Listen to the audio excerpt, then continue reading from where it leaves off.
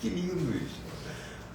Boa noite para você que está aí do outro lado, assistindo a gente ligadinho aqui na live. Lembrando, mais uma vez, a live está acontecendo no canal Beto Cascardo, que vocês já seguem, mas essa live tem um propósito de alimentar nossas redes sociais com o nosso canal do YouTube, que é o 3 na Roda, e o Instagram também, que eu já convido você aí de casa a curtir e a seguir no nosso Instagram, o 3 na Roda, @3 na Roda. E seguirem os meus parceiros, os jornalistas que dividem a bancada comigo, que é a Paula Mesquita RJ, @Paula Mesquita RJ e @Marco Rosa com 2 E's, tá? E aqui o canal vocês já sabem, o Beto Cascar, vocês acompanham e sabem tudo que está acontecendo.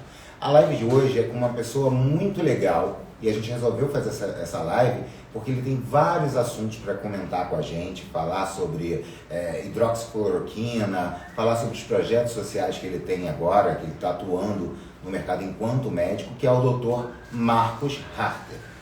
E a gente já vai começar a live com ele, já vou chamar o doutor que está lá do outro lado, ansioso também para começar essa live com a gente do 3 na Roda, para a gente começar a debater os assuntos que você aí do outro lado tenho certeza que quer acompanhar com a gente. Então, Paty, a Paty é a nossa assistente aqui, você pode convidar o doutor, por gentileza? Querem falar alguma coisa? Não, tranquilo. Quer falar alguma coisa? Tá tudo certo. Eles não querem falar nada agora. Agora. Aí daqui a pouco tá uma me empurrando, o outro me dando chute. Olá! Olá, Mar. Bem-vindo, doutor. Olá. Muito bem-vindo. Marcos, só uma gentileza, peraí que eu vou acompanhar a live por aqui também pelo celular. Eu também vou. Porque ela tá um pouquinho longe. Só um minuto.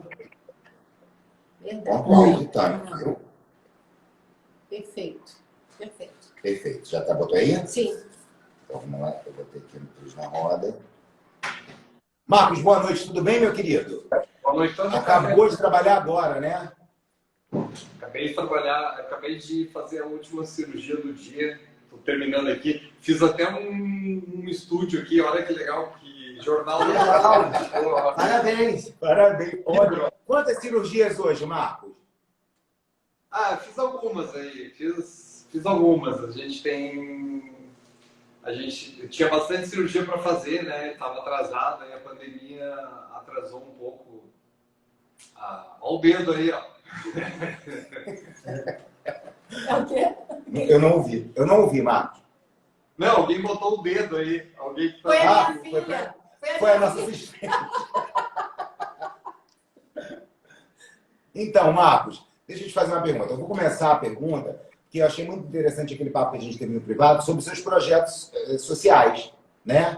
Eu queria saber de você, e a galera que tem em casa também espera isso, como é que surgiu essa ideia de oferecer a cirurgia plástica para ser mais acessível para quem realmente não tem condições de ser atendido, né, com essa cirurgia, com a cirurgia plástica? Esses 3 tipos de cirurgia que você me apontou no projeto, eu queria que você falasse sobre elas para a gente. Obrigado. Então, esses dias eu comentei da onde que surgiu, né? Surgiu basicamente da paixão de operar, né? Surgiu da vontade de operar, inclusive até de graça, né? Eu tinha um desespero por operar nariz em 2016, eu me lembro. Eu estava, na época, eu atendia em Curitiba também e atendia aqui já no Mato Grosso.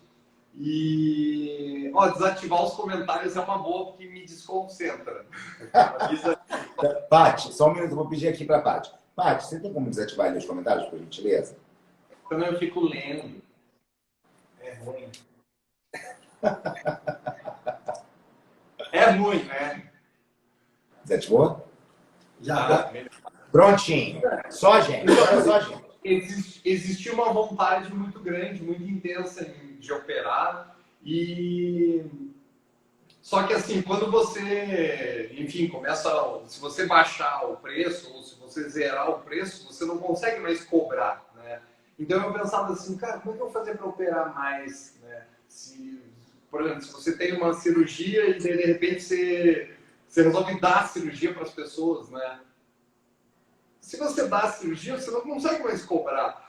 E aí começou meio que... Eu pensava assim, mas como é que eu vou fazer para cobrar, mas para dar para quem precisa, né? E cobrar de quem pode pagar. E aí eu tive essa ideia do projeto social, né? Em 2012, quando eu voltei, eu fiquei 2 anos nos Estados Unidos estudando rinoplastia, né? Estudei nariz, fiquei um tempo em Miami, Nova York, fiquei um tempo em Atlanta. E quando eu voltei para o Brasil, eu me deparei com uma injustiça assim, na minha cabeça. Porque eu pensei assim, cara, a gente passa durante toda a formação, né, aqui no Brasil, as instituições de ensino, as faculdades, elas estão atreladas a hospitais, né? Tem um hospital universitário que produz um trabalho, promove o ensino através de filantropia, né? As faculdades destinam os seus alunos a trabalharem, né? E aí, tudo que a gente aprende é com pacientes do SUS, né? Os pacientes do SUS acabam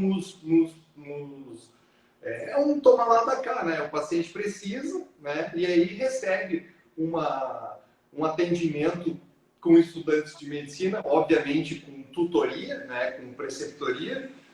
E aí, quando eu voltei dos Estados Unidos, eu pensei assim, cara, todo o embasamento, a formação prática de um médico é embasada, pelo menos aqui no Brasil, em pacientes do SUS. E aí, quando o médico fica pronto, quando o médico está especialista, por que o trabalho dele vai pertencer apenas à classe privilegiada da sociedade?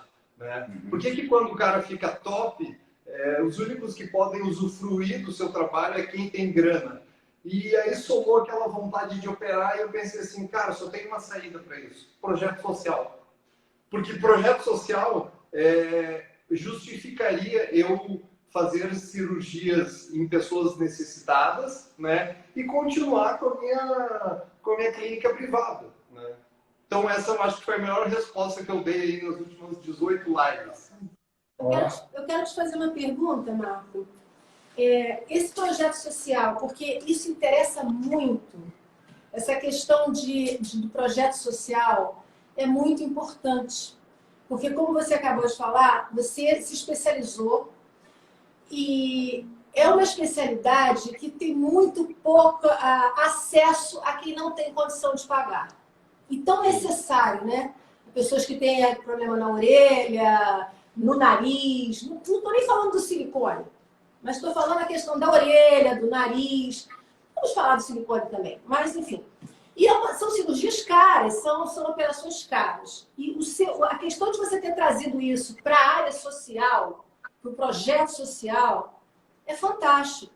Mas a pergunta que eu tenho para você é a seguinte: como sustentar esse projeto social? Porque a partir do momento que você oferece gratuitamente esse serviço, a pessoa não vai pagar, óbvio. Quem paga essa conta, Marco? Então, os projetos de graça, por exemplo, é a minha parte, né? A custos, né? Onde a pessoa acaba, não teria, já fui muito atrás. Já fui atrás de empresários, já fui atrás de políticos, já fui atrás de colegas médicos, né? É difícil, é bem difícil. Talvez por isso que eu sou já pré-candidato a vereador aqui, né? Esse ano participo das eleições aqui como vereador e vou ver se posso, talvez, se for eleito, talvez manejar a máquina pública em favor disso, né? Em favor de... São 3 projetos, basicamente, né? O primeiro, eu trouxe uma filial do projeto Orelhinha para o Mato Grosso em 2018. Depois ele continuou sob minha tutoria, que é o projeto Dumbinho. Tem o projeto Nariz Sem Bullying, né? Que aí esse se destina a normalidades estéticas do nariz. E tem esse projeto do silicone, né? Todos os projetos têm esse cunho, assim... talvez a orelha um pouco reconstrutivo, né? Orelha e abano, a linha que divide a plástica estética da plástica reconstrutora, ela é muito tênue, né? você considerar aquilo como uma cirurgia estética ou você considerar aquilo uma cirurgia reconstrutora, ela é um tanto tênue, né? Reconstrução não é apenas aquilo que foi destruído por alguém ou por um acidente ou que veio destruído por natureza, alguma malformação congênita. Pode ser considerado uma reconstrução de orelha, uma otoplastia. O nariz também, né? O nariz tem os narizes primários, tem os narizes secundários, tanto que tem aquele programa lá, o Butcher, tem uma nova edição que é o Butcher by Nature, né? Que é que geralmente a base do programa são 2 cirurgiões que fazem reconstrução de cirurgias mal feitas. E o Butcher by Nature são cirurgias em pacientes que tiveram malformações, já nasceram com algum problema. Mas os projetos se definem muito pela natureza da cirurgia, né? Por exemplo, nariz, aliás, orelha é uma cirurgia de pequeno porte, né? Então é uma cirurgia que pode ser feita de forma ambulatorial, com anestesia local. É isso que eu ia te perguntar.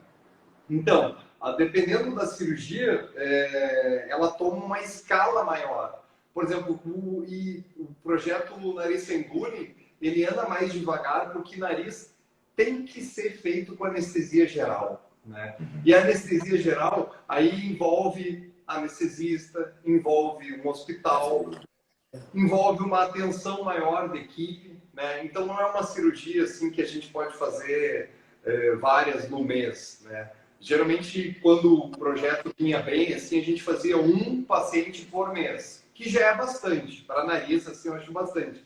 Nós chegamos a trazer paciente de Salvador, veio aqui para Sorriso, e aí acabava envolvendo múltiplas coisas, né? Porque não é só a cirurgia, a gente conseguiu passagem, a gente conseguiu hotel, né? Marco, desculpa te cortar, mas eu tenho muita curiosidade de saber a infraestrutura. Quando você fala a gente, você está falando em que situação? Você tem uma ONG? Você tem uma OCIP? Quem é a gente? É você e um amigo? É pessoa física, jurídica? Como funciona? Como é que eu tenho acesso a isso? E eu, que eu estou falando, se eu conhecer alguém que tem essa necessidade para indicar o Dr. Marcos, que pode resolver meu problema, como que funciona isso na prática? Então, não tem ONG, não tem... Já tentei fazer uma ONG. É difícil fazer uma ONG, né? Porque uma ONG envolve o não pagamento de tributos, né? E fica bem difícil de tocar isso.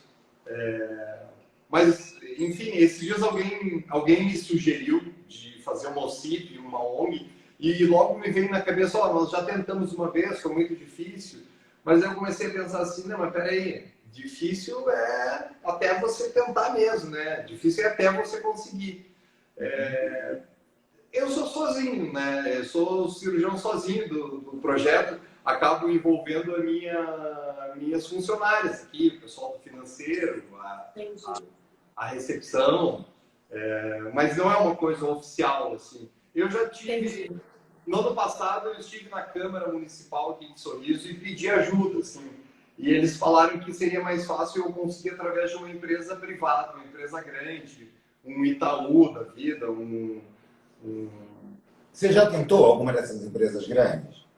Mas não, é mais fácil, eu acho que eu consegui se eu estiver envolvido com a política, assim, se eu for eleito vereador. Eu acho que fica mais fácil mesmo.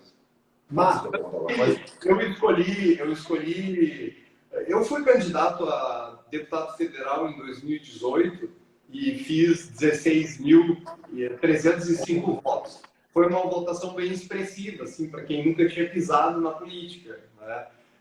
E muitas pessoas me perguntam assim, pô, mas por que você tentou para deputado federal? Né? Foi realmente um passo muito maior que a perna.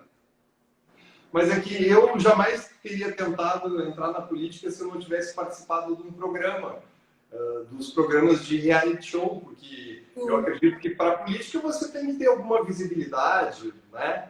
E a primeira eleição que teve logo depois de 2017 foi 2018 e era uma majoritária, né? né? Talvez a votação que eu fiz, eu teria sido eleito para deputado estadual. Mas não era o momento, né? Hoje se passaram 2 anos, a gente adquiriu bastante experiência, e aí eu optei por tentar uma vaga na Câmara dos Vereadores para começar de baixo, assim, né? Começar a passos pequenos. Certo. Marco, uma pergunta, voltando um pouquinho. Você, no momento, você não está com, como você falou, você não tem nenhuma ONG. E como é que você faz para fazer essa cirurgia de uma pessoa que venha precisar? Eu digo o seguinte, a questão dos custos de hospitais, como é que fica essa questão? Porque você falou que o seu trabalho fica na boa. Agora, e como é que é essa questão da hospedagem? Como é que fica isso? Porque é caro, né? Que é o que encarece mais a cirurgia é a questão da hospedagem, né? Sim, como eu falei, teve pacientes... Você, desculpa te cortar. Você tem algum parceiro, alguma clínica? Eu vou te falar que não tem, né? Não? Não, é só eu. Minha clínica. Só você mesmo? O projeto está parado, Marcos, ou está funcionando?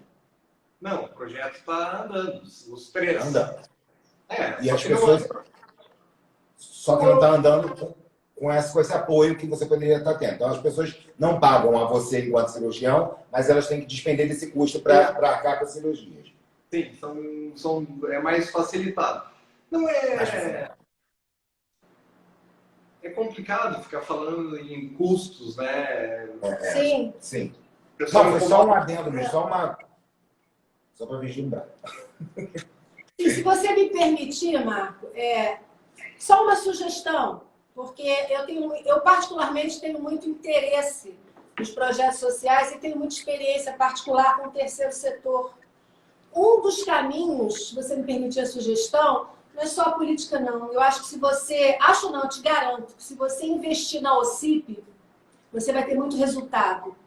Porque todas as empresas particulares, as empresas privadas, desculpa, que têm lucro real, as grandes empresas de lucro real, elas têm interesse em descontar o seu imposto de renda, que elas obrigatoriamente têm que pagar, e elas podem, até 2% do seu imposto de renda, elas podem e devem destinar a projetos sociais via de OCIPs. Então, eu acho que, de repente, é só uma questão de você ter bons assessores para te ajudarem nisso, porque não é favor. Eles precisam, as empresas precisam. Exatamente. Porque elas têm que pagar os impostos, entende? Por isso que eu fico batendo nessa tecla, porque o seu projeto é muito bom. Muito. Talvez esteja faltando a você, me desculpe, uma boa assessoria. Só isso. Nesse sentido.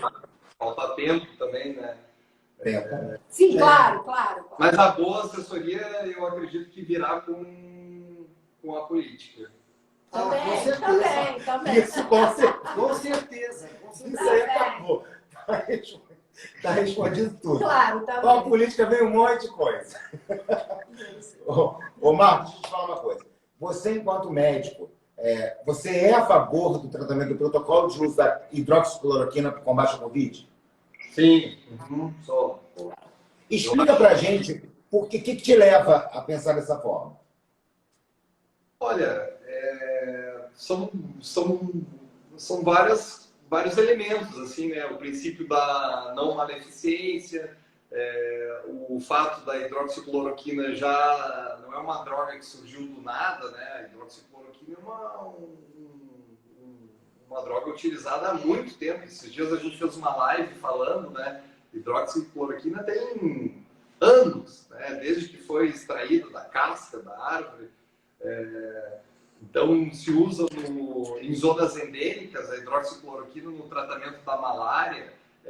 Os médicos, em geral, principalmente aqueles das regiões endêmicas, eles têm noção da frequência dos efeitos colaterais, né?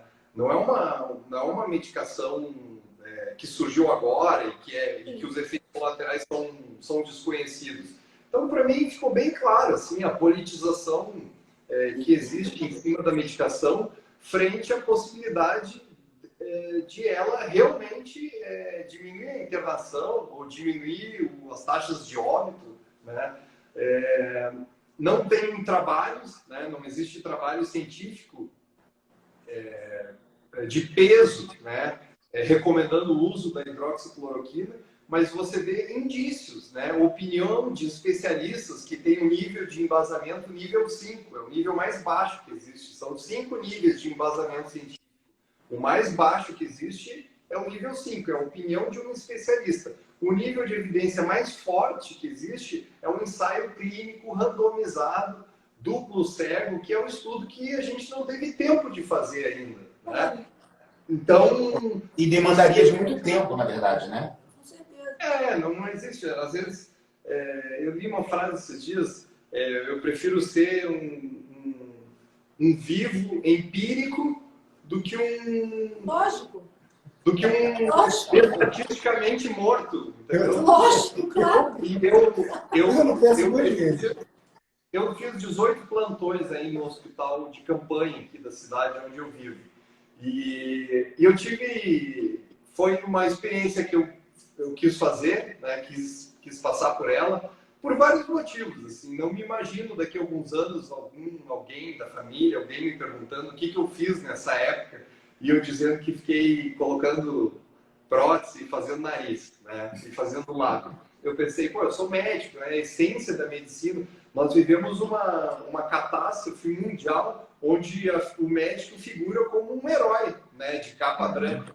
E, tipo assim, eu tenho que ir para a linha de frente, né? Eu tenho que... Isso não deixa de ser um grupo de risco, assim. Eu tenho mais de 40 anos, tenho hipertensão, mas fiz ali 18 plantões, vi bem como é que está estruturada a saúde aqui da cidade, participei de reuniões da prefeitura, estimulei muito o protocolo precoce de hidroxicloroquina, azitromicina e ivermectina. Inclusive, eu peguei mapas endêmicos da malária no Brasil e observei que fecha os estados, o estado principalmente, né, para o norte, Pará, Manaus, que tem muita incidência de malária muito alta e os pacientes estão acostumados a tratar a malária, já tiveram malária umas 15, 20 vezes, então já tomaram hidroxicloroquina várias vezes. Esse paciente não teve nenhum medo de tomar hidroxicloroquina, assim como os médicos também não tiveram medo nenhum de prescrever. Exato. Porque eles já tinham esse cotidiano de utilizar a medicação.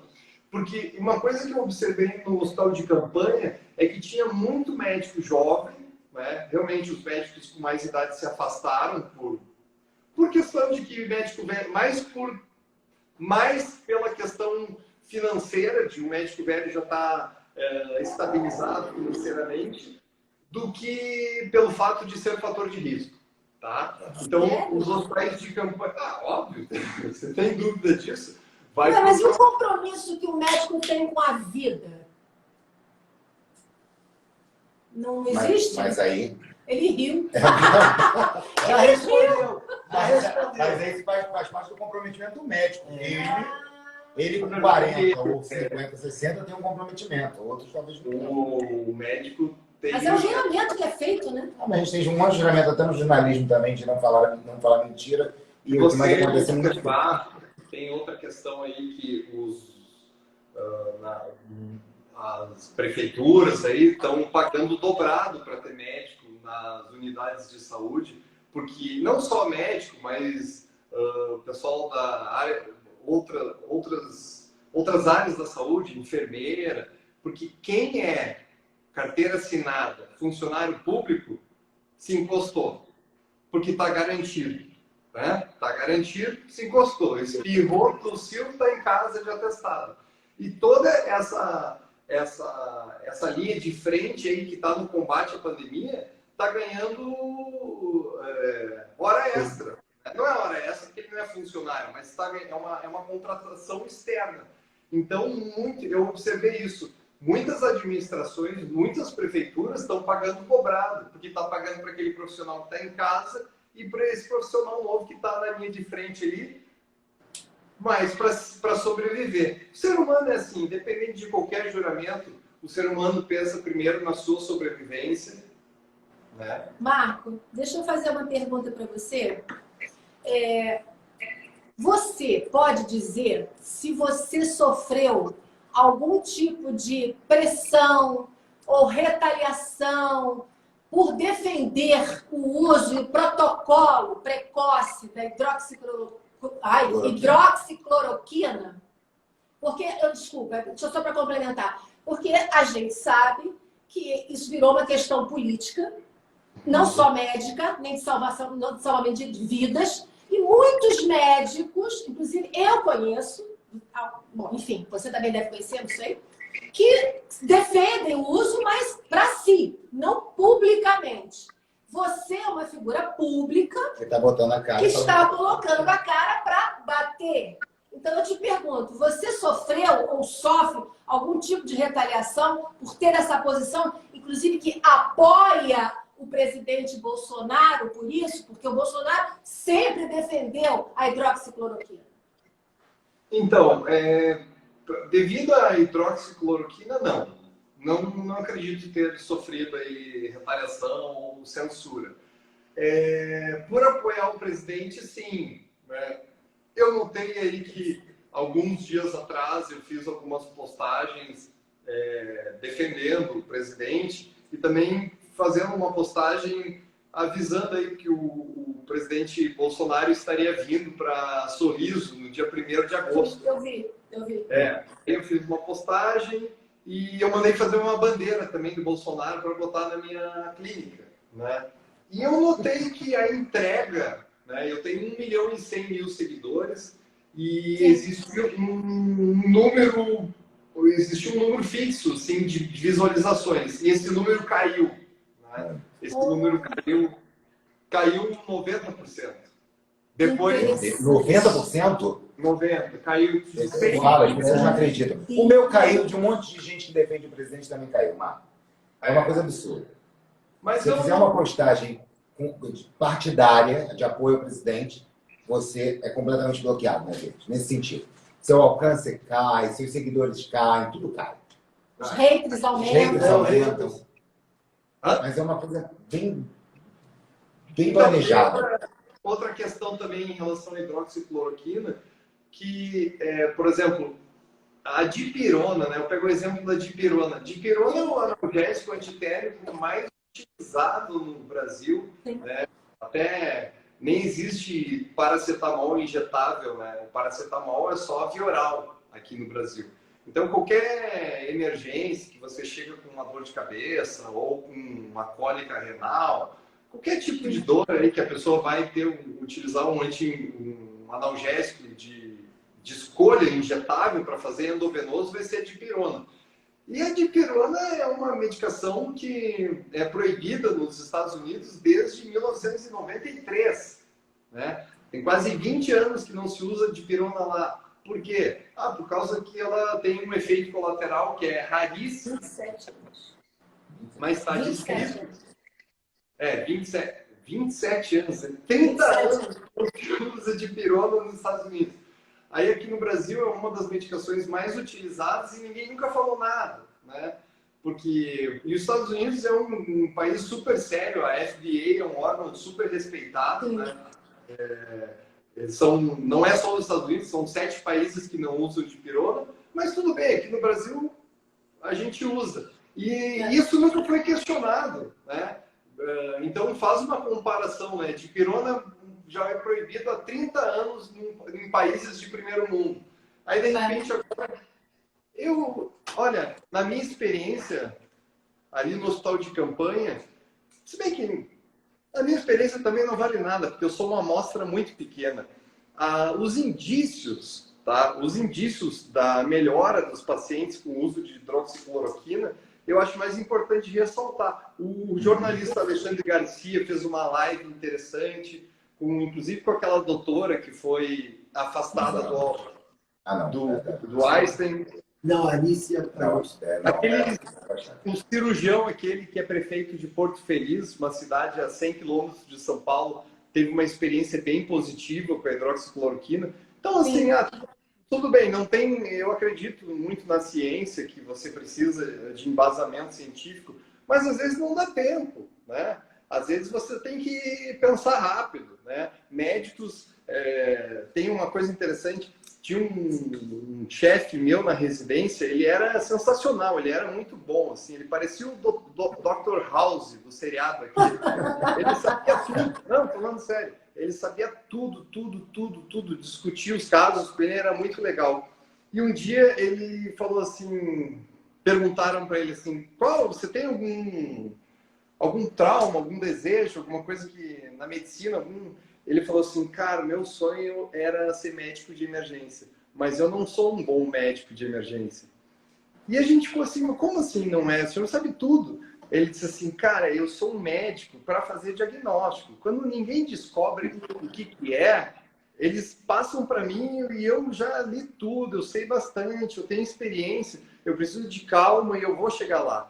E na emergência, uma pessoa que tem um jeito mais grotesco, assim, sabe, de pensar mais rápido, né? Tipo assim, isso aqui é infecção, dá um antibiótico aí, solicita hemograma, próximo, e esse aqui é cólica renal, vai para o anti-inflamatório.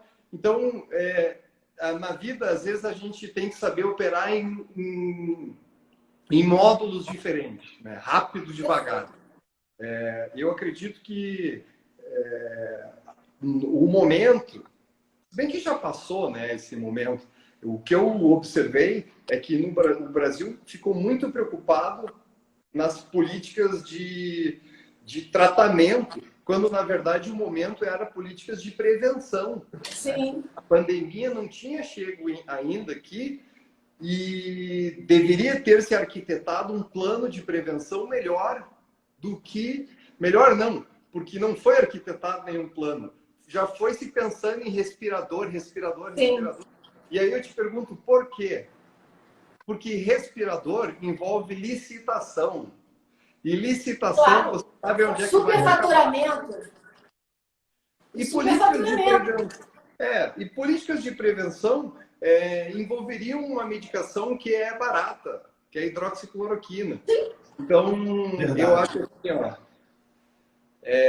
a gente olha para... Marcos, qual é a sua opinião a respeito? Então, já que você tocou nesse assunto, e você então me deu um gancho para te fazer essa pergunta, a sua opinião.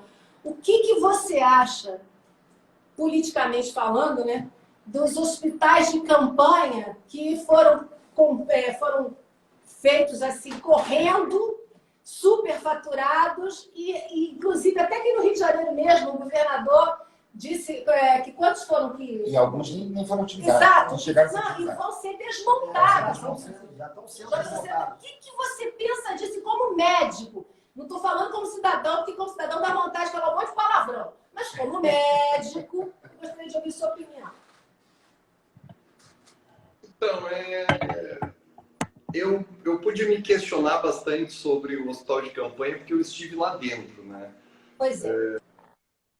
Então, eu vi muitos erros operacionais, assim. Acho que muitas pessoas, inclusive, foram no hospital de campanha para pegar o coronavírus lá. Uau! Porque... E também... eu não duvido que os hospitais de campanha tenham sido uma bela manobra política. Ah, com certeza.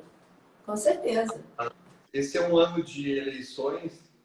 Sim. E isso daí, inclusive, está no livro do Gaudêncio Torquato, que é um especialista aí, que escreve na Folha, se eu não me engano, especialista em marketing político. E se você ler esse livro, você vai ver que a pandemia, ela sem dúvida é o evento da vez. É o evento do momento para ser explorado por quem está com a máquina na mão. E você observa isso, né? Você observa isso com o governador de São Paulo, do Bolsonaro Rio, querendo se manter. O Bolsonaro hoje, ontem foi o Salim, né? E o Paulo Wibel pediram demissão aí, são secretários do Paulo Guedes e pediram demissão. Eu particularmente conheço, o Paulo Wibel foi meu amigo na adolescência, conheço bem ele, conheço o pai dele, que é cirurgião plástico lá em Porto Alegre, e conheço muito a índole, o caráter, né? Se bem que essas coisas às vezes pode mudar. Mas enfim, Não tô adorando. Me lembra que eu tenho que fazer uma pergunta quando eu acabei de responder. O fato deles desistirem do governo me chamou um tanto a atenção, porque isso mostra que Bolsonaro está fazendo acordos, né, para se manter no poder, porque senão ele vai ser derrubado, né? Então, e aí eu me perguntei assim, cara, o que é melhor? Você ser um justo na multidão, talvez perseguido, ou você fazer um acertinho e continuar com a máquina na mão, né? Porque quem está no poder, de certa forma, manda, né? Mas mesmo assim eu prefiro Bolsonaro no poder, né? O Brasil vinha no fundo de poço, assim. Acho muito importante você ver aí o desespero da oposição em derrubar o governo, inclusive torcendo para que tudo vá mal, né? Torcendo pelo colapso, com a ajuda, inclusive, da Rede Globo, né? Rede Globo, que é um assunto que a gente já vai tocar. Para tirar o Bolsonaro do poder, porque é a única forma que ela tem de se manter viva, né? Exatamente. Se o Bolsonaro permanecer, não haverá a renovação da concessão, né, em 2022, por causa dos impostos que não foram pagos, e aí acabou a Rede Globo. Então, você vê, cara, estou com uma... Vocês ficam ouvindo porque eu falo tudo, né? Na verdade, tudo que eu estou falando aqui, vocês também sabem. A diferença é que cara, para mim tá bem óbvio tudo, né? Ainda mais eu que sou médico e resolvi enfrentar a pandemia de frente. Boa! Marcos, eu quero te fazer uma pergunta.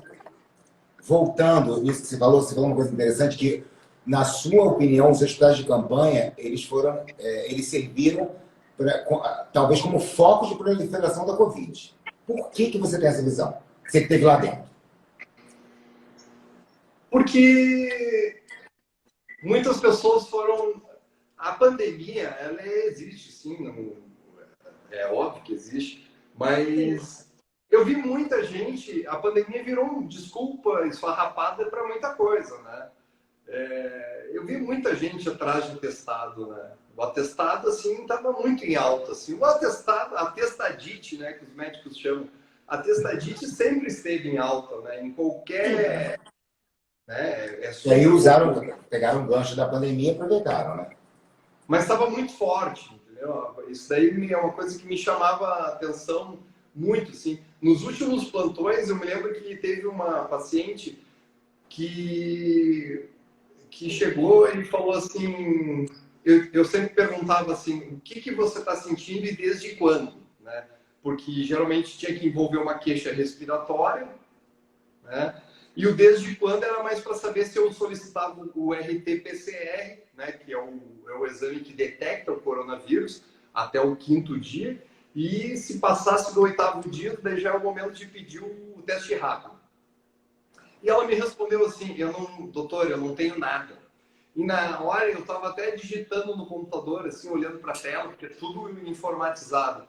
E eu olhei para ela assim, disse assim, como assim? Ela falou assim, doutor, eu vim aqui pelo seguinte, não é o que você está pensando.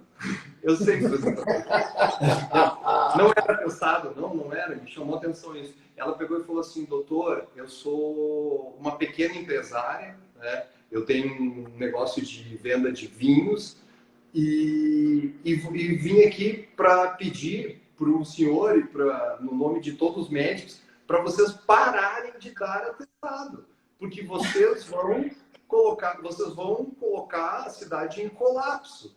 Eu tenho 4 funcionários, para minha empresa os 4 estão afastados, para minha empresa funcionar eu estou pagando hora extra para 4 funcionários. E 2 funcionários eu já encontrei bebendo no bar no final de semana. Cara! Aí eu pensei assim, cara... Essa é a realidade que a Globo não mostra. Muito eu vi, olha, eu gosto de ler, assim, estou sempre lendo de tudo, assim. Eu tenho um livro que eu estou sempre lendo, porque eu acho muito extenso o livro, e às vezes vale a pena ler vários capítulos de novo, que eu gosto muito do Yuval Harari, né, que escreveu Sapiens e Homo Deus. E eu tenho tido umas reflexões bem interessantes, assim, sobre a humanidade. Inclusive, até eu li um texto esses dias falando a visão odierna que a gente tem para peste negra e outras pandemias que ocorreram. A peste negra, por exemplo, dizimou 1/3 da população europeia no final da Idade Média. E você vê como é que a medicina na época respondia, né? Como é que a medicina se defendia. E para quem olha hoje, beira o ridículo, né? Os tratamentos que eram com asa de morcego e cascas de cebola, né? Era ridículo. E aí eu fico pensando assim, será que daqui a... Óbvio, não precisa ser daqui a 600 anos, porque a gente anda numa velocidade muito maior do que da Idade Média para cá. Mas daqui a 50, 30, 50 anos, quando a gente olhar para 2020 e ver como a medicina respondeu à pandemia, será que a gente não vai ter vergonha do que a gente... da forma com que nós nos organizamos, né? Nem cientificamente falando, mas politicamente falando, né?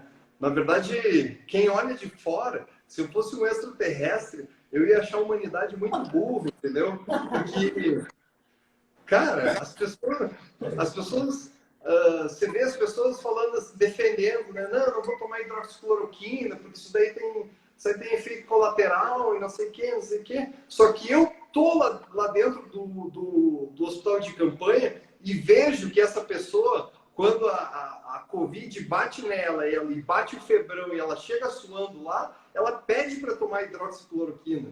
Então, cara... Então, você vê assim, as pessoas falam assim, ó, o pior cego é aquele que não quer ver. Você... E, sei lá, a gente... Hipocrisia, né, Marco? Hipocrisia, né? Muita hipocrisia.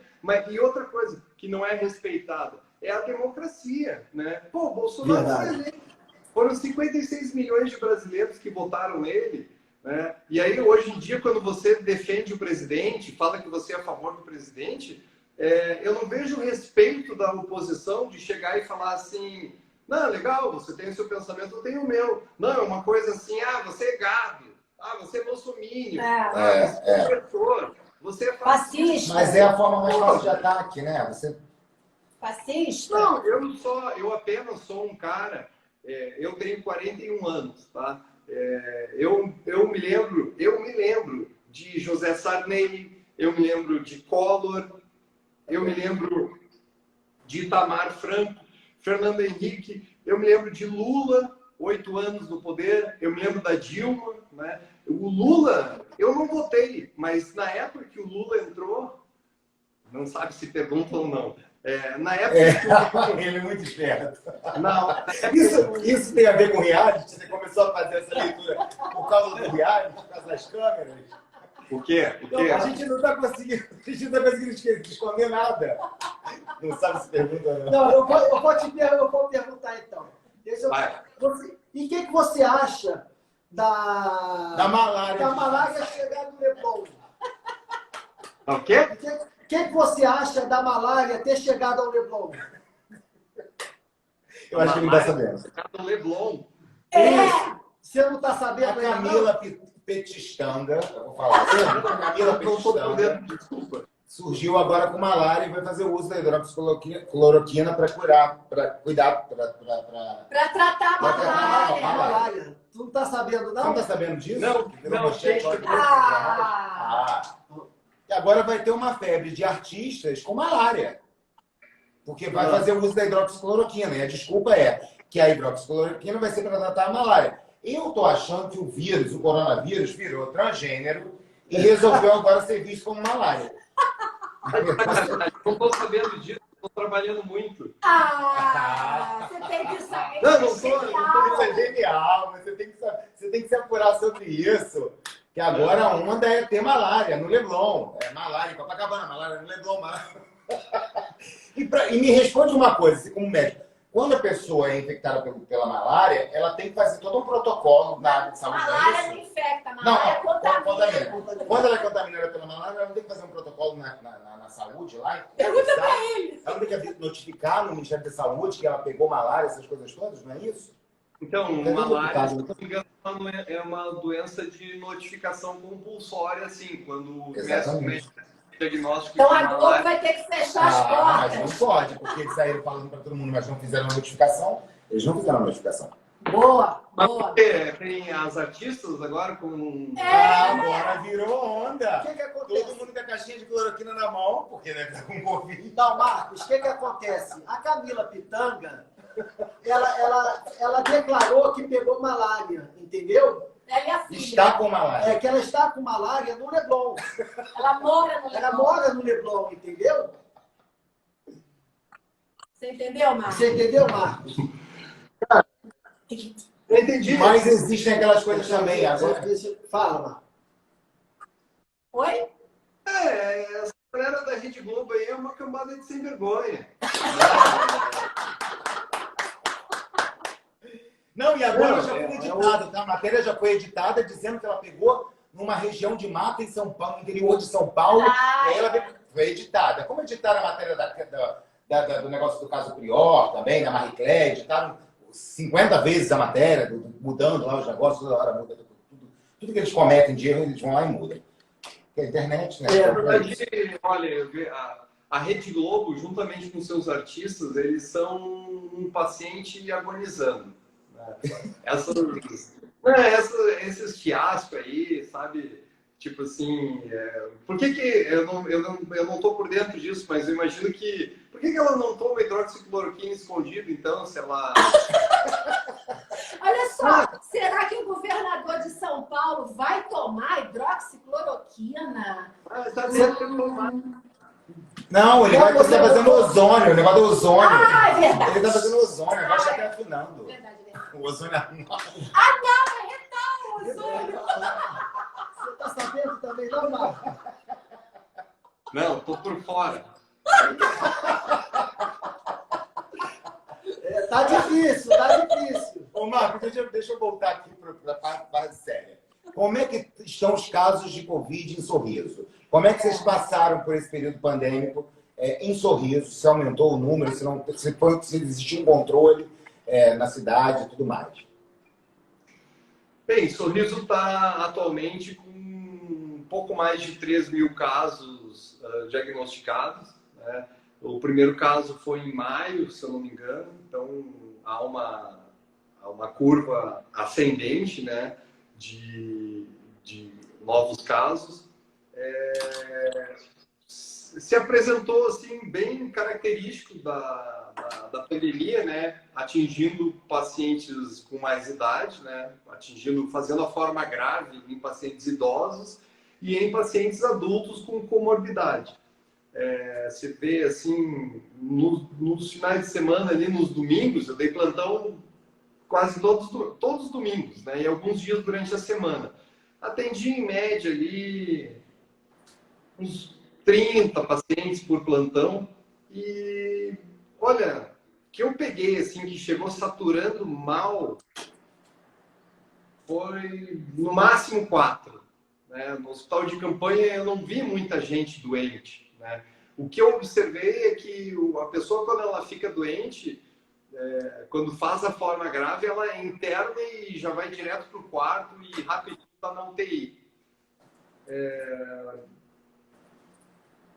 Mas eu vi esse problema, essa problemática aí do afastamento. Eu vi também muita desinformação, né, em relação aos tipos de pacientes que fazem a forma grave, né? Uhum. É óbvio que estatisticamente vai morrer uma criança, né? Isso aí é inevitável, né? Isso aí sempre acontece. Por exemplo, infarto agudo do miocárdio. Infarto agudo do miocárdio, a gente é doença de geralmente homem, idade já avançada, estressada, obeso, tabagista, doença coronariana. mas é possível, tem casos de infarto do miocárdio em pacientes com 19, 20 anos, né? Mas na média tem que se pensar estatisticamente. Então eu vi muitas pessoas desinformadas assim em relação aos filhos, né? Em relação ao que fazer, né? Tanto que uma das primeiras lives que eu fiz, toda vez que eu saía do plantão, eu fazia uma live assim explicando o que eu estava vendo, enfim. E me chamou a atenção isso, assim, pô, a população precisava estar mais informada, né? Eu vi muita gente desinformada. E eu pensei assim, cara, mas quem é... Tá faltando... É que a mídia está contaminada, né? Esse Falar em mídia, Marco, qual é a sua opinião em relação ao Consórcio Nacional de Imprensa, que está divulgando os números da Covid? Sim. Que a Globo faz questão de manter isso 24 horas por dia. Ele não entendeu. Faz de novo. Qual é a sua opinião sobre o Consórcio Nacional de Imprensa, que a Globo faz questão de alimentar o dia inteiro, trazendo esses números pandêmicos para quem está em casa assistir e ficando apavorado? Então, quando você falou de desinformação, eu pensei no Consórcio Nacional de Imprensa, porque para mim é desinformação. Desculpa. Então, esses números são visivelmente viciados, porque quem tem a mínima noção de matemática e estatística bate o olho e vê que se você plotar num gráfico, tipo assim, você coloca assim, 4 casos, né? Aí no outro dia você tem mais 4, né? Você coloca 8, depois mais 4, daí você coloca 12. Isso sempre vai dar uma curva ascendente, né? O correto é você diminuir do dia anterior, né? Então, você tem 4 e no outro dia você teve 2, você não coloca 6, né? Você coloca a diferença de um dia para o outro e você vê que o gráfico dá bem diferente, né? Se você fazer uma soma cumulativa, se você fizer uma soma cumulativa, qualquer curva vai fazer isso aqui, né? E se você fizer uma soma de casos novos é diferente, porque casos novos mostram incidência. E a curva de uma doença que é aguda, que envolve uma infecção, é a curva de incidência. Então, você tem que descontar os casos antigos e contabilizar só os casos novos. E os gráficos da Globo mostram a acumulação de casos acumulados, que seria a prevalência. E prevalência é uma curva de medida de doenças crônicas, tipo hipertensão. Então, só que tem até médico que não sabe disso, né? E imagina a população que é leiga. A população olha e se apavora, né? Está apavorado. Verdade. Eles mostram só o lado ruim. Fica evidente a ideologia, o posicionamento, especialmente da Rede Globo, de produzir o pânico. Claro, Né? para dominar. E a Rede Globo tem muita força, assim, sabe? Hoje não tem tanto, assim, ela está bem desacreditada. Mas há 3 anos, quando eu, inclusive, fui expulso do Big Brother... Vamos falar sobre isso agora, eu estava esperando você tocar no assunto. Então, quando eu comentava, assim, sobre um possível processo contra a Rede Globo, eu via que muitas pessoas ficavam assim, sabe? E, tipo assim, hoje você fala em processar a Rede Globo, as pessoas vibram. É isso aí! Globo livre, vai pra cima. Ela antes era inatingível, né? Inabalável. Mudou totalmente. A Globo se colocava numa situação de que você não pode contra mim, você não vai ganhar contra mim, vai ser irrelevante. Eu sou Deus. Mas isso mostra que toda essa galera aí, as lacradoras aí, a Lacrolândia, é um pessoal tudo comprado, entendeu? É tudo comprado. Essa história é uma hipocrisia do cacete. Ai, ninguém larga a mão de ninguém. Cara, ele não. Ah, mexeu com ela, mexeu com todas. Vidas pretas importam. vai perder, né? Só as vidas pretas importam. Nenhuma outra vida importa. Essa história aí, por isso que eu acho que eu já analisei. Eu analiso o governo Bolsonaro com muita parcimônia, assim. Eu acho que tem que cuidar muito com a idolatria, né? Sim, eu gosto muito do presidente, assim, porque eu me vejo nele em vários momentos, assim. Eu acho que inclusive eu nasci no mesmo dia que o Bolsonaro. Legal. Eu não acredito em signos, né? Mas sei lá, não dá para resumir todas as personalidades que existem no mundo em 12, 14.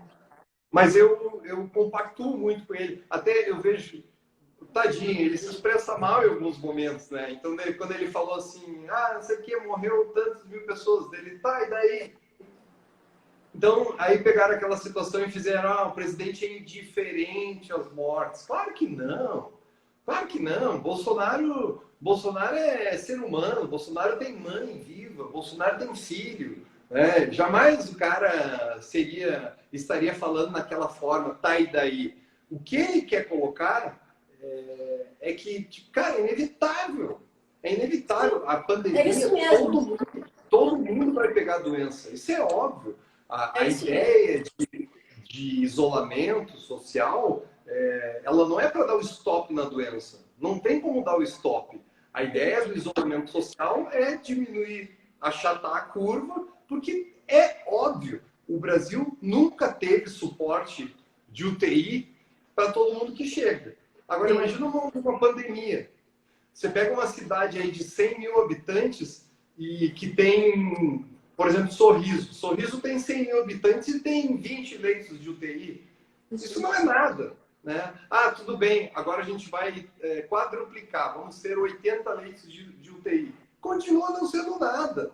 Para 100 mil habitantes, agora, e olha que Sorriso é a capital do agronegócio, né? Uma cidade com 1000 fazendas na volta, é a cidade maior produtora mundial, maior produtora individual mundial de soja.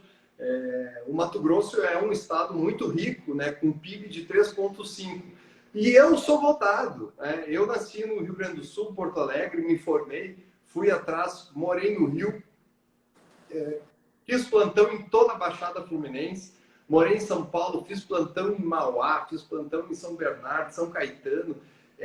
Eu tenho noção do que é o sistema de saúde numa megalópole. Tá?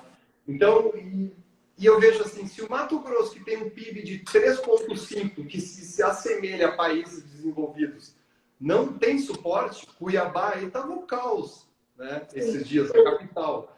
Imagina o que não está passando o Rio de Janeiro e São Paulo. Marco, deixa eu te falar. Não é novidade para ninguém que existe uma disputa judicial sua contra a Globo e a gente queria falar um pouquinho sobre isso. O que você está pleiteando de verdade e o porquê disso? Então, em 2017, mais precisamente no dia 10 de abril, eu fui expulso do reality show Big Brother. Né? E, inclusive, eu enfrento consequências dessa expulsão até hoje. Muito pelo preconceito. Né? Preconceito. Eu vivo muito preconceito de pessoas que não me conhecem. Né?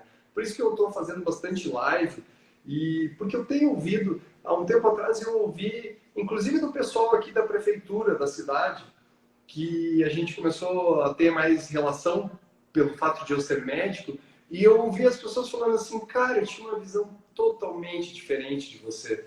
Né? Deu por quê? Aí eles disseram assim, cara, sei lá, eu imaginava você outra pessoa. E aí eu comecei a observar assim, cara, a Rede Globo realmente me botou um rótulo, né? Um rótulo de agressor, de mulher, um rótulo de... E é um rótulo que está acima do que a própria justiça determinou. Né? Porque eu fui expulso por uma suposta agressão, né? Em 6 de dezembro de 2018, por 2 votos a 1, não foi considerado Lei Maria da Penha, porque sempre ficou claro que não houve vias de fato. Né? Eu nunca bati na menina dentro do programa.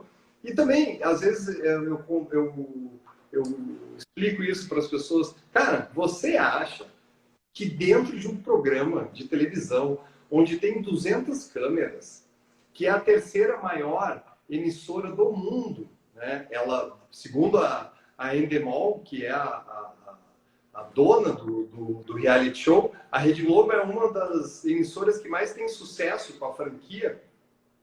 Você acha que se eu tivesse batido ou feito qualquer coisa com a menina, eu ia estar aí reivindicando meus direitos? Se uma simples gravação me desmanchasse, né? Então, tipo assim, nunca a Globo mostrará uma cena onde eu bati na menina.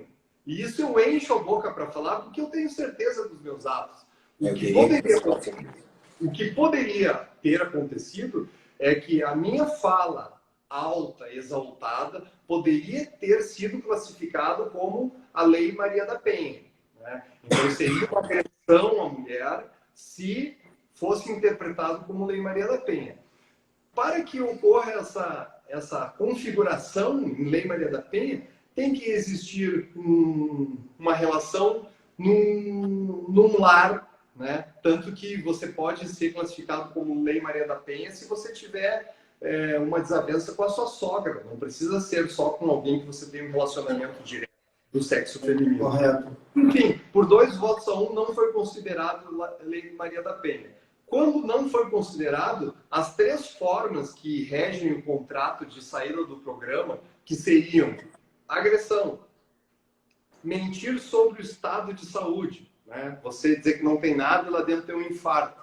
Provavelmente já deu treta sobre isso. Tiraram a pessoa e a pessoa reclamou, né? Entrou na justiça. Enfim. E o terceiro ponto é votação popular. Eu fui para 5 paredões e, inclusive, um dia antes da minha expulsão, eu fiquei com 77% de aprovação. Então, houve uma quebra de contrato. Ficou configurada uma quebra de contrato. E eu acabei...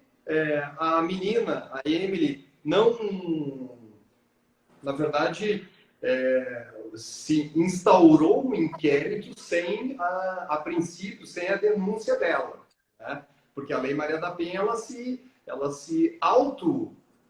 instaura sem a queixa da mulher, que eu acho muito válido isso, né? Porque muitas vezes há um relacionamento abusivo, a mulher apaixonada ou é dependente do marido e aceita. Então, quando há vestígios de agressão, eu acho muito válida a Lei Maria da Penha.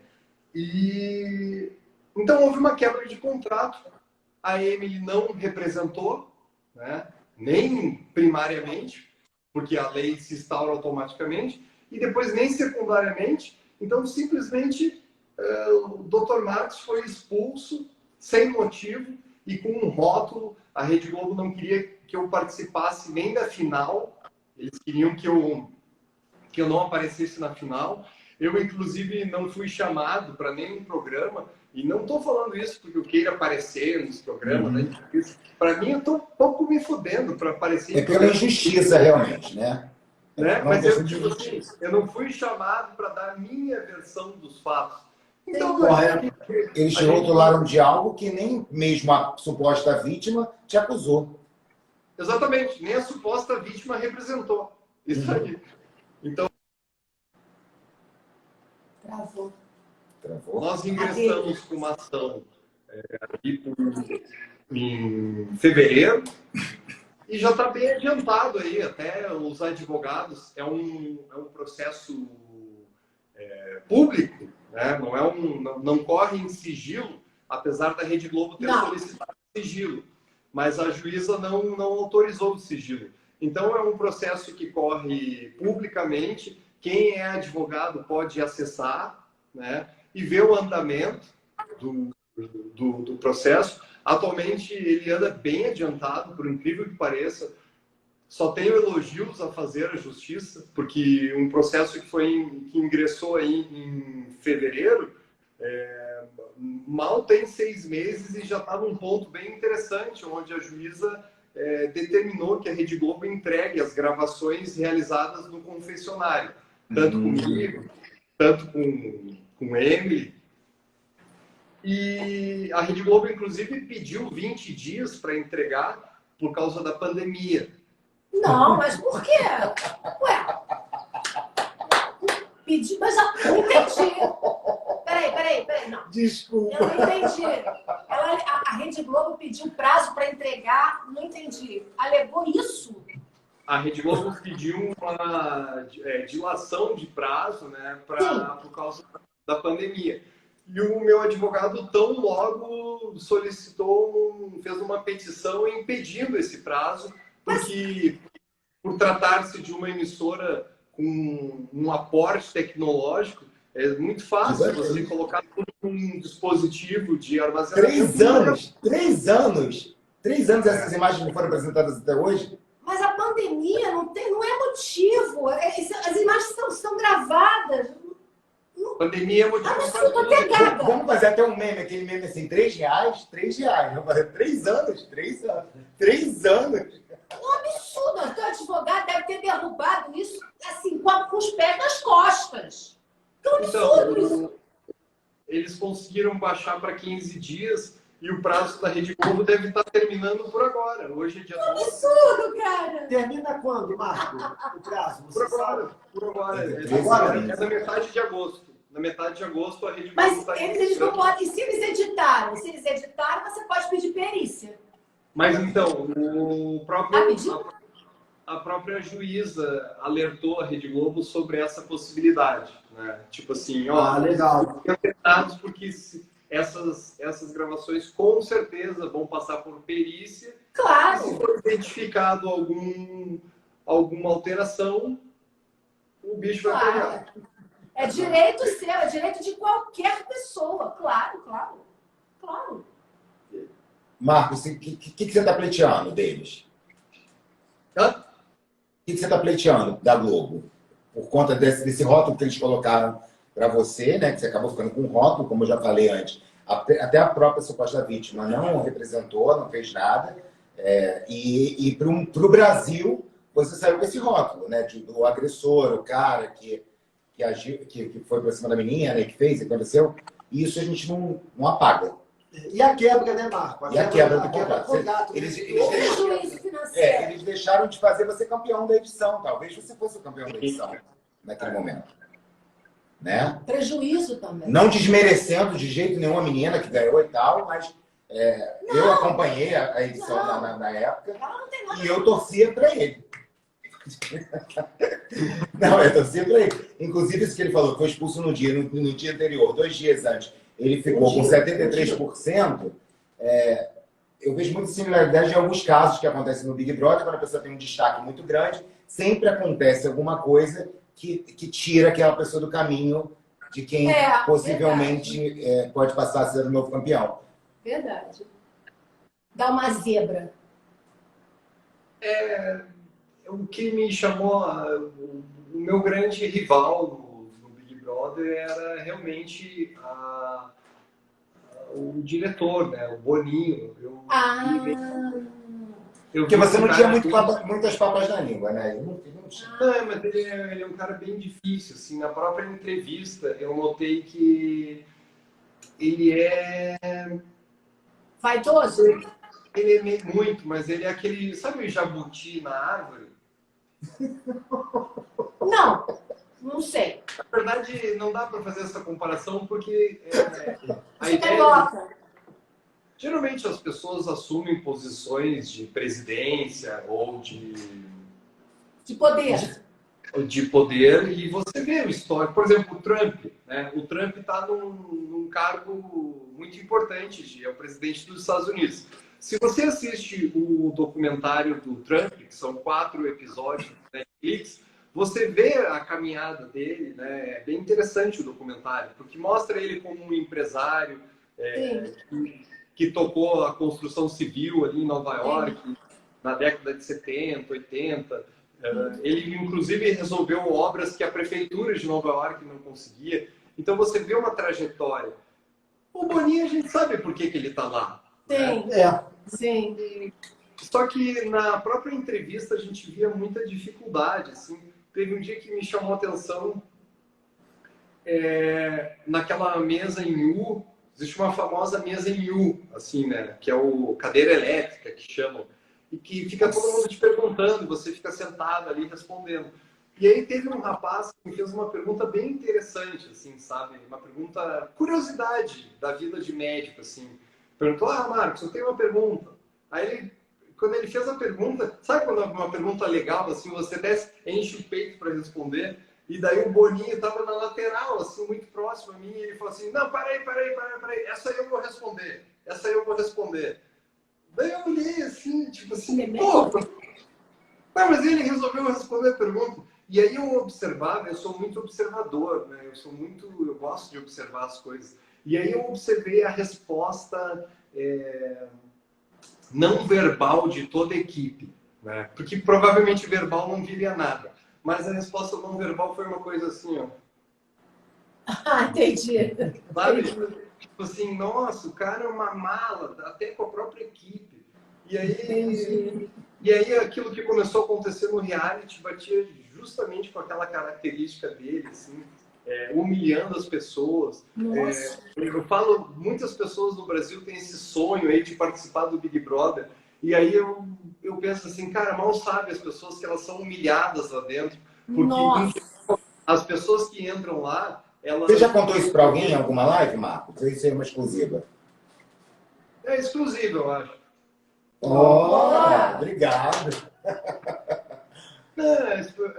Sabe qual Você problema? se sentiu em algum momento, em alguma situação de humilhação realmente lá dentro? Antes da sua expulsão?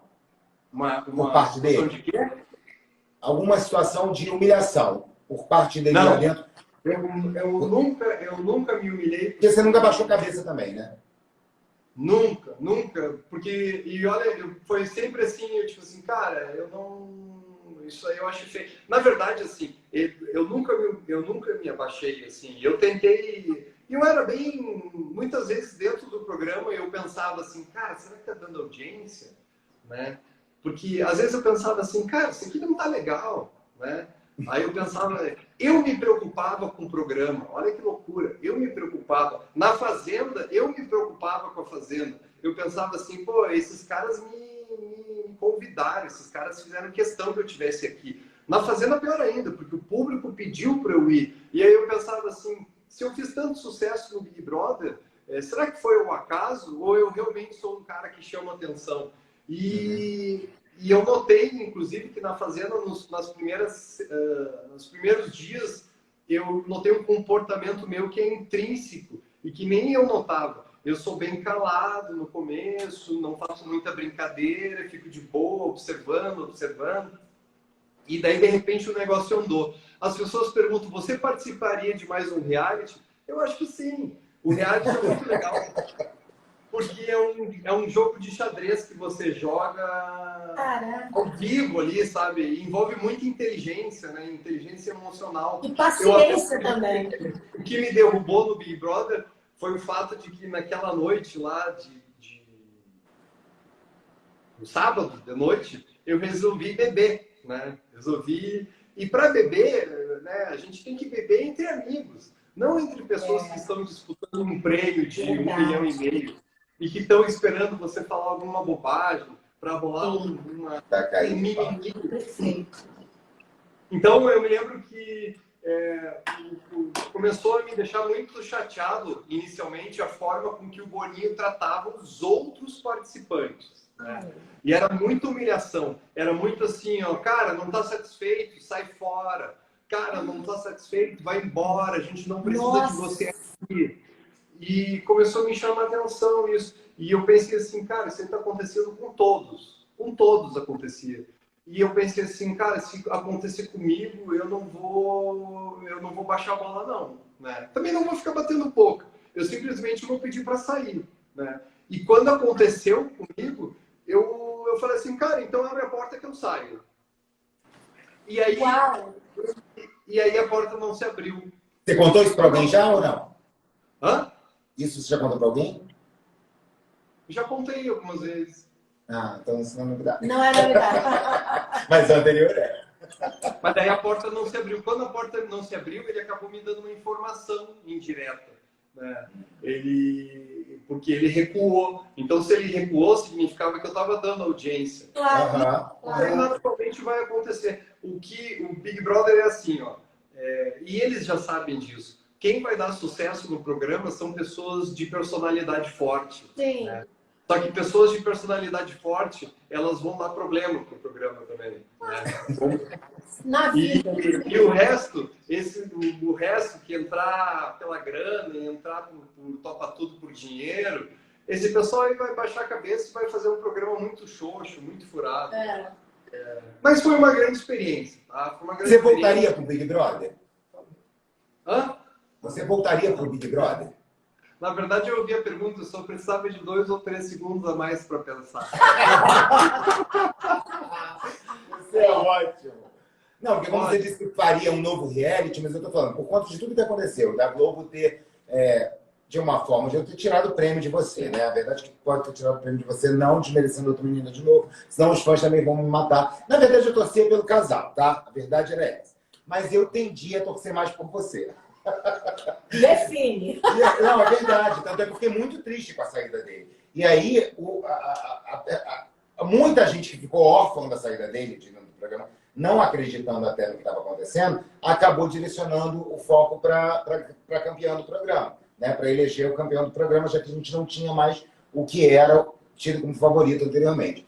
Porque, na verdade, esses negócios de paredão é um parâmetro muito, muito bom. Você vai para vários paredões e volta. Pô, é impossível que se você vai para 5, 6 paredões e você volta, para você não seja uma pessoa querida. Claro. Tá. E a gente também vai se despedindo por aqui. E você não respondeu. Ah, tá. Só um pouquinho. Peraí. Ele foi Eu tô embora. com 2% de bateria. Quer terminar? Mas eu queria só que você respondesse. Você voltaria pro Big Brother? Bem conversadinho, sim. Uau, você é muito corajoso, hein? E eu Isso é não exclusivo. voltaria por dinheiro, não. Eu não voltaria por dinheiro.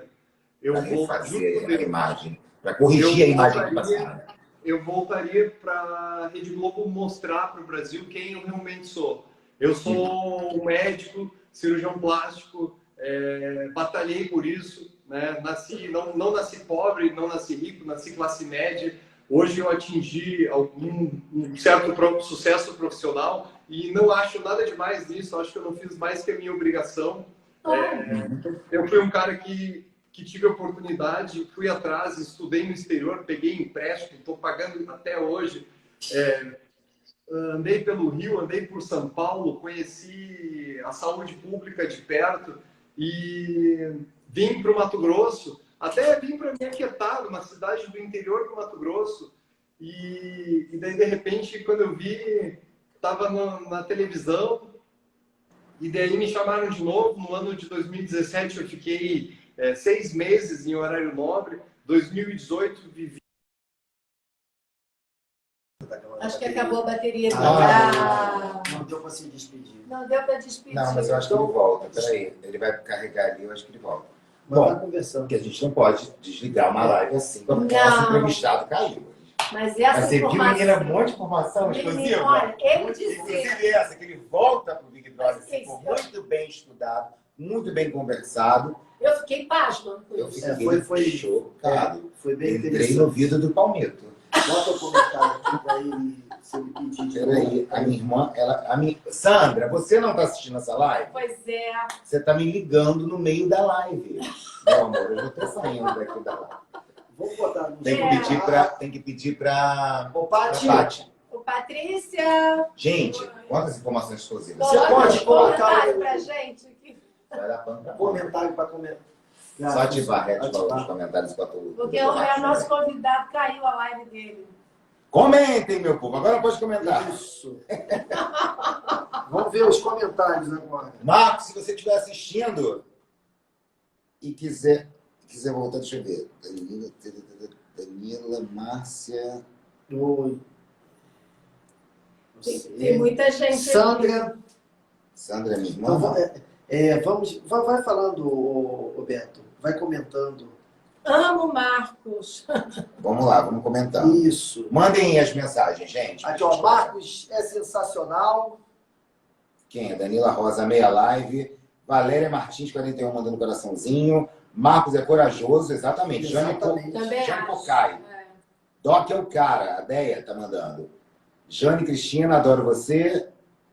Eu gostaria de ver os dois no BBB. Marcos Quem? também Os dois quem? O Maria Cordeiro? Parabéns, Marcos. A Daisy Hitch está mandando. Quero mais live, a gente também. Ele é sempre o campeão. Mas eu acho que o Marco vai botar para carregar e a gente não vai ter tempo de esperar ele voltar. Pois é. Mas é bom que a gente chama para uma outra depois. Isso. Um beijo faz a pra live Bernadette, complementar. querida. Beijo pra Marcos, você, sou sua prima. fã, te amo. Legal, né? Só agora, eu queria antes... Não vi a Celeste aí, mas se a Celeste vier aí... Porreiro. Amo Beijo, o Marcos. Celeste. Marcos do BBB. Cídia Barcelos. Carmelo, Marcos Amei a live. é muito sincero. Exatamente. Doc Marcos é uma personalidade inteligente, íntegra, excelente profissional. A Ferraz. Doc, sabe. você é um top. Você é top. Pergunta para o Marcos se ele voltaria para o BBB com a Emily. Quem perguntou foi a Ah, Vânia. Emily Marcos ficaria em segundo, Emily campeã. Mas aí não importa. Ó, estão pedindo outra live. O que a gente discutiu é que tiraram dele a oportunidade de, né? Suzana. Vamos ver aqui. Ele tá voltando. Ele voltou. Ih, voltou, doutor. Suzana também. Tati, você pode fazer uma gentileza? Eu acho que pode deixar agora, né? No Só pra final, se com os despedir. comentários. Não, pode deixar com os comentários. Não, é só Não, ele botar ele na live. Ele tá ali na bolinha. Só para despedir. Doutor Marco. Cadê? Ele chamou aqui. Marcos, queridíssimo. Renata, adoro ver ele. Chamou? Não. Volta, Marcos. Voltou! Aê! Só pra gente finalizar. Está sendo elogiadíssimo aqui, doutor Marco. Abrimos os comentários para ver. Eu quero fazer uma pergunta. Posso fazer uma pergunta? Pode. Final, que a gente recebeu aqui. Estão perguntando se você disse que voltaria para o Big Brother. Deu essa informação exclusiva para gente. Se você voltaria para o Big Brother com a Emily. Não. Adorei esse nome. Não, nada. Faz de novo, por favor, que eu quero aprender isso. Não. Na época, isso é uma coisa que prova. Sabe que a morosidade da justiça, ela até tem um fundamento, assim, né? Porque tudo que é resolvido, ou pelo menos que se tenta resolver no calor da emoção, não dá certo, né? Quando na ocasião da minha expulsão, isso há 3 anos, eu fiquei bem sentido, assim, com a Emily, né? Porque a Emily... a Rede Globo contava que eu saísse por votação popular no paredão com a Marinalva, né? A Marinalva era uma pessoa que nós, dentro da casa, tínhamos muito receio, assim, porque, nossa, ela é uma pessoa com necessidade especial, né? Ela não tem uma perna. Talvez isso sensibilize muito o público, né? E a gente tinha, sim, existia uma convicção, ninguém nunca tinha falado, mas todo mundo tinha essa convicção de que a Marinalva seria um osso duro de roer, assim, para quem fosse a enfrentar num paredão. E tanto que quando eu fui, de fato, para o paredão junto com a Marinalva, faltando ali 5 dias, né? Foi no domingo, né? Que eu estava no paredão com ela. Faltava segunda, terça, quarta, quinta. Faltava 4 dias para a final do programa, né? E aí eu fui para o paredão com a Marinalva justamente num dia depois de ter discutido feio com a Emily, né? Na madrugada do sábado para o domingo. E eu pensei assim, cara, fudeu, né? Tipo assim, discutir com a menina, né? Era uma relação que estava bem conflituosa, assim, porque é muito tempo junto, né? Não são só 3 meses, né? Parece que é 30 anos. E aí, imagina. E eu pensei assim, putz, eu tô no paredão com a Marinalva, que tem uma necessidade especial, que a gente já achava que ela era forte, né? E aí, somado a isso, eu discuti com a menina na madrugada de ontem. É hoje que eu saio, né? E aí teve um momento até que, quando a gente tava... A gente parecia como é que se diz? Miserável, assim, porque a gente andava com aquelas malas do quarto do líder, e aí ia pro quarto normal... E aí um monte de mala dentro do programa, sabe? Era uma loucura. E eu me lembro que a gente estava com as malas tudo na sala, e eu sentado com ela, eu chamei ela e falei assim, Emily, meio que me despedi, assim. Sabe quando alguém tá doente, sabe que vai morrer, você não chega para a pessoa e fala assim, olha, eu vou morrer, tchau. Você meio que se despede sem a pessoa saber, né? E foi o que eu fiz com ela. Eu falei assim, cara, foi muito legal essa experiência, porque eu não sabia se a gente ia se encontrar aqui fora, né? Eu não sabia. Quando você sai para fora do programa, é muita pressão, é muita coisa, e você fica com receio de que, enfim, eu não sabia. E eu peguei e meio que me despedi dela. Isso foi no domingo. Eu acho que a Rede Globo contava que eu fosse sair, né? Inclusive, o próprio VT que a Rede Globo organizou, isso é um dado interessante do Big Brother. Quando eles abrem a votação, são 48 horas de votação, né? E 80% dos votos ocorrem no dia do programa, né? Então, por exemplo, quando vai lá 2 emparedados para o domingo e o Pedro Bial ou o Thiago Leifert abriam a votação, até o dia do programa de eliminação, que são 2 dias depois, e que já abriu a votação, só 20% dos votos ocorrem, né? 80% dos votos, que são milhões de votos, eles ocorrem no momento do programa. Você vê, inclusive, esse ano, que foi uma edição histórica do Big Brother, o Thiago Leifert pedia parcimônia na hora do voto, porque os próprios sistemas de votação da Globo não estavam suportando a quantidade de votos. E talvez não era porque a edição estava muito boa, mas porque as pessoas estavam mais em casa, e isso teve reflexo em todos os programas de entretenimento. Claro. E aí, o que aconteceu? Eu me lembro que a minha família estava no programa e eles não quiseram que a minha mãe nem meu pai assistisse o programa. Porque eles falaram assim, olha, o Marcos está muito bravo, ele não está mais com capacidade de competir. Aquele papinho todo. E, na verdade, era um cara que estava indignado com as coisas que estavam acontecendo, com o topa tudo por dinheiro, com a mentira, a hipocrisia, a doença. Toda a podridão da sociedade estava sendo representada naquela amostra, embora pequena, mas estatisticamente significativa da sociedade. E aí o que aconteceu? O VT que eles fazem, de 40 minutos para cada emparedado, tem muita força, né, para definir o voto das pessoas. Eu acabei de falar que 80% dos votos ocorrem no dia do programa. E no dia do programa de eliminação é justamente o dia do VT. Foi um VT, assim, eu acho que eu estava pior que o Hitler no VT.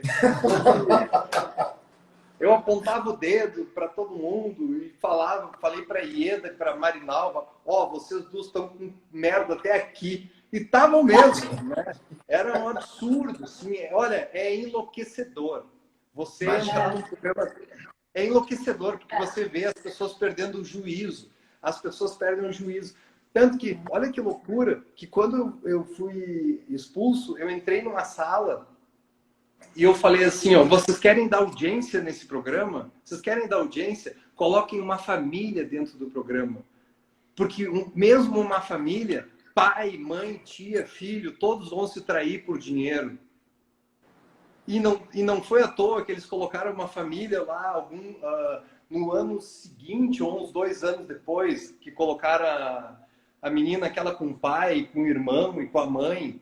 Né? Ano seguinte. No ano seguinte, foi esqueci o nome dela. Mas enfim, e aí naquela noite do paredão eu acabei ficando com 77% ou 78% da votação. E aí o prêmio ficou entre eu, Emily, Ieda e Marinalva. Aliás, e Vivian, porque a Marinalva saiu. O prêmio estava entre 4. E a Rede Globo sabia que era ou da Emily ou era meu. E que tinha que ser da Emily, porque eu fui um cara que briguei com o Boninho do começo ao fim. E aí o que aconteceu? Logo depois que a Marinalva foi eliminada, começaram a chamar a Emily no confessionário várias vezes. Toda hora aparecia Emily, confessionário, Emily, confessionário. Eu não sei como isso aparecia para vocês, né? Para quem tem o pay-per-view, porque o pay-per-view não mostra tudo. O pay-per-view desvia a câmera várias vezes. E a Emily ia no confessionário e cada vez que ela saía do confessionário, ela saía cada vez mais pensativa, né? E saía cada vez mais sei lá, eu vi que eles estavam fazendo loucuras com a cabeça da menina. E tanto que tem uma cena, eu tenho essa cena, se vocês quiserem eu mando pelo WhatsApp e vocês colocam.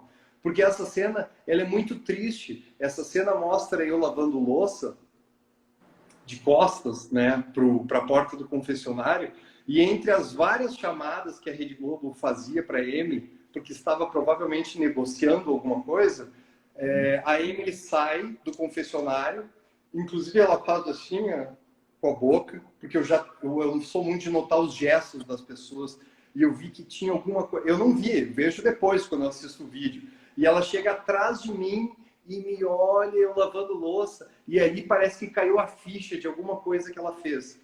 E aí ela sai chorando, ela dá meia volta, sai chorando lá pra rua. Inclusive ela fala assim, meu Deus. Aí há pessoas que dizem que escutaram ela falando, o que eu fiz? E essa cena é muito triste, porque quando eu vejo essa cena, eu não consigo me identificar ali, sabe? É uma coisa muito louca, porque eu olho e, sei lá, parece que não sou... Você não seria capaz de fazer, né? Você fica triste porque você não seria capaz de fazer. Eu não gosto de falar essas coisas, porque você já viu alguém falar que é do mal, alguém falar que é pervertido? Sei lá, eu tô há 41 anos em cima da face da Terra e nunca conversei com alguém que seja do mal. Sempre as pessoas que eu converso, todo mundo do bem. Então, de discurso, eu já tô farto. Né? Eu só acredito em ações versus o tempo. Né? O que as pessoas falam, o discurso, todo mundo tem. Até eu estou discursando aqui, pode ser tudo mentira. Não é. Avaliem os atos das pessoas. Avaliem quem é.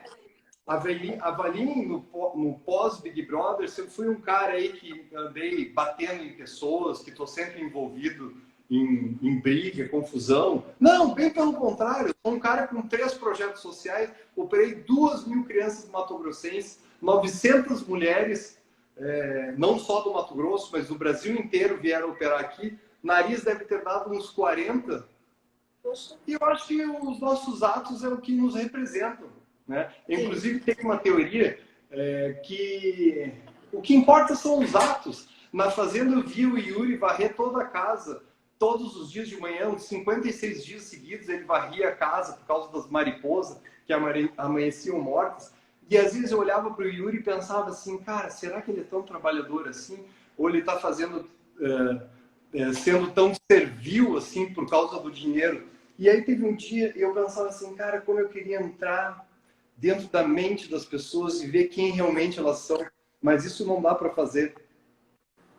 Mas um dia eu pensei assim, não interessa. Não interessa se o Yuri está fazendo isso por verdade, por ele ser trabalhador ou não. O que interessa é que a casa todos os dias está limpa, né, de manhã. Isso é o que interessa. Então são ações que interessam. Não interessa se o cara faz porque tem segundas intenções ou não. Olha quantos pacientes se beneficiam, talvez, de segundas intenções, de políticos ou de cirurgiões, sei lá. O que aconteceu, então, foi que, logo após a eliminação da Marinalva, chamaram a Emily várias vezes. E eu, debaixo do edredom, naquele domingo, eu perguntei para ela bem baixinho, inclusive o microfone, a gente colocava a mão assim, ó. A gente tapava o microfone para falar. E eu perguntei assim, por que estão te chamando tanto? Por que estão te chamando tanto no confessionário? E aí ela olhou para mim e ela estava muito assustada e ela falou assim, ó, eles querem que eu tire você. Eles querem que eu faça uma queixa contra você. Ela falou isso. E daí na hora eu fiquei olhando assim, sabe? E ela falou assim, ó, mas eu não vou fazer. Eu não vou fazer. E aí tá. Só que no outro dia ela fez. No outro dia ela fez. No outro dia, depois de várias chamadas, e provavelmente a última foi aquela que ela saiu de dentro do confessionário, me viu de costas e saiu chorando, porque ali foi quando ela caiu a ficha, ela se mancou assim, cara, eu troquei esse cara por dinheiro. E é muito ruim. Olha, eu já fui trocado por outra pessoa, é muito ruim, mas isso é bem comum. Todos nós somos passíveis de ser trocado por outra pessoa, é comum. E às vezes nem depende de nós.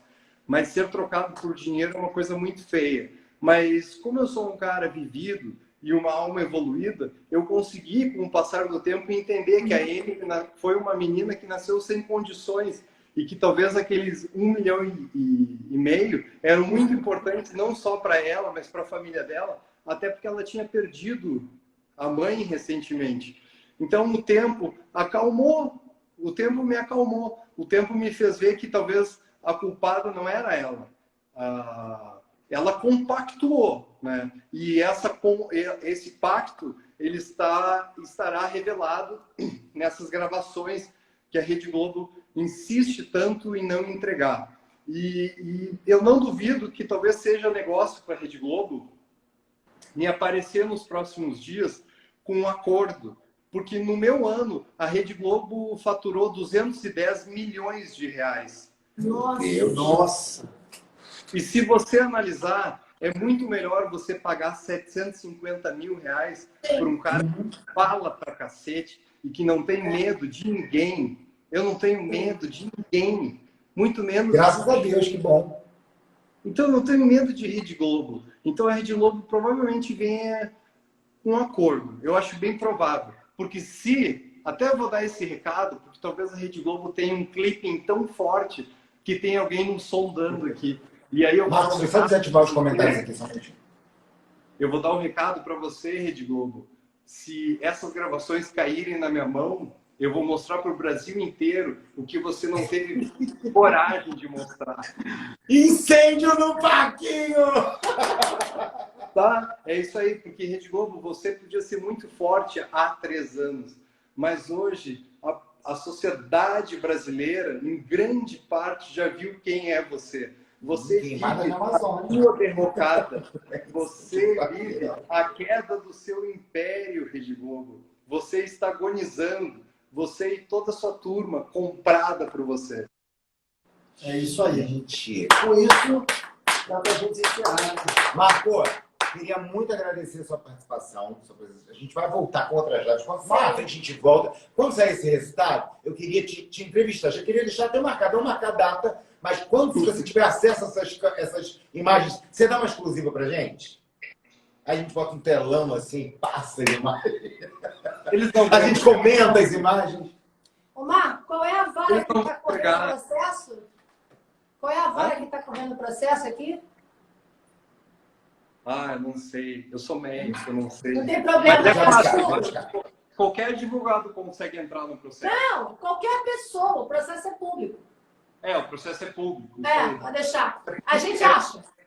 É porque quando você entra para espiar... Isso é uma coisa muito legal. Quando você entra para dar uma espiada no processo, o seu registro fica lá, né? Então eu acho que só advogado consegue.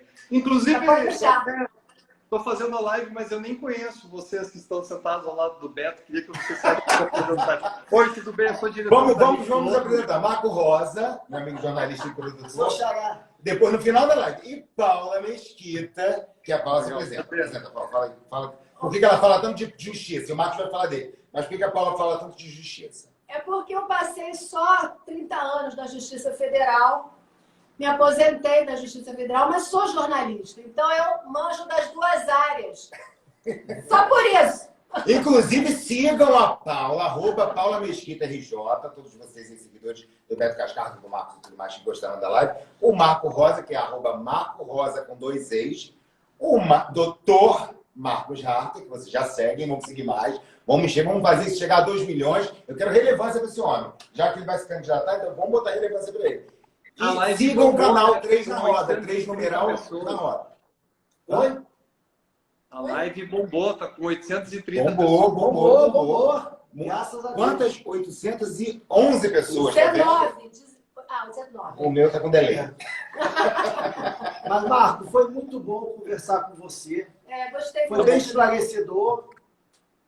Entendeu? Foi bem legal. E eu já quero de antemão te desejar boa sorte na sua candidatura. Com certeza você daqui a pouco vai dar já um resultado positivo para a gente aí. Que o seu projeto, eu acho que tem é de grande valia, né? Esse projeto que você tem. E como você mesmo disse, né? Você entrando na política, as coisas vão poder caminhar melhor para você, né? De uma forma melhor, né? Eu quero acompanhar o seu processo, tá? Eu quero. Ih, ela falou. Ah, agora que ela Esse é o falou. processo. E Marco, vai dar a exclusiva pra gente dos vídeos? Sim, vamos esperar sair. Fofoqueiros de plantão que ganham uma graninha, podem divulgar. A gente não tá ganhando não, hein? Isso aqui é na amizade. Ó, sigam o 3 na roda. É o 3 na roda. @3 numeral na roda, tá? Marco, depois segue a gente também lá pra dar uma moral no canal. Tal. Você se inscreve no YouTube, que a gente vai mandar live lá pro YouTube também. O 3 na roda. Manda os vídeos pra gente também. Aquele que você disse dar na cena final, que eu quero botar na edição do programa. Isso. Tá bom? Valeu. Beijo, querido. Fica com Deus. Tudo de bom. Fica com Deus. Beijo, galera. Sigam o 3 na roda. E esperem pela próxima live. Valeu. Beijão. Com Deus. Tchau, tchau. Peraí, né? Calma.